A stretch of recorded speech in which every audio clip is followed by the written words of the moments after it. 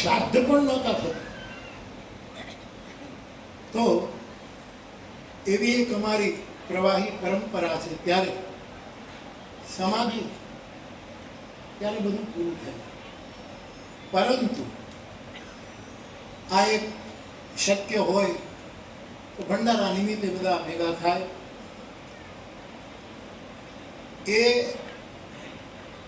પ્રવેશ કરવું એના પહેલા બધા જ મારા પૂજ્ય ચરણો જે મંચ ઉપર વિરાજિત છે, આખો સમાજ આપણો અહીંયા વિરાજમાન છે, એ બધા વતી અને મારા રામકથાના ફ્લાવર્સ દેશ દુનિયામાંથી આવેલા સૌભાગ્યને ગ્રામજનો એ બધા વતી આપણે સૌથી પહેલું કામ એ કરીએ કે અમદાવાદમાં જે વિમાનની દુર્ઘટના ઘટી અને એમાં 290 વ્યક્તિ નિર્વાણ પદને પામ્યા એવો અખબારી અહેવાલ છે.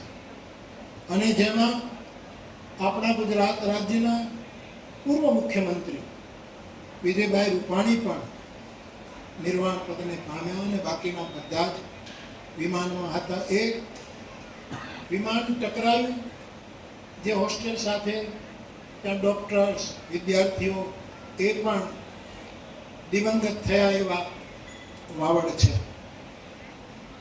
કેટલાક હોસ્પિટલમાં છે, એ જલ્દી સાજા થાય એવી આપણે પ્રાર્થના કરીએ. પરંતુ સૌ પ્રથમ આ સાધુ સભામાં આપણે બધા જ એ 290 જે દિવંગત થયા છે એને મારો આખો સાધુ સમાજ શ્રદ્ધાંજલિ સમર્પિત કરે. એમના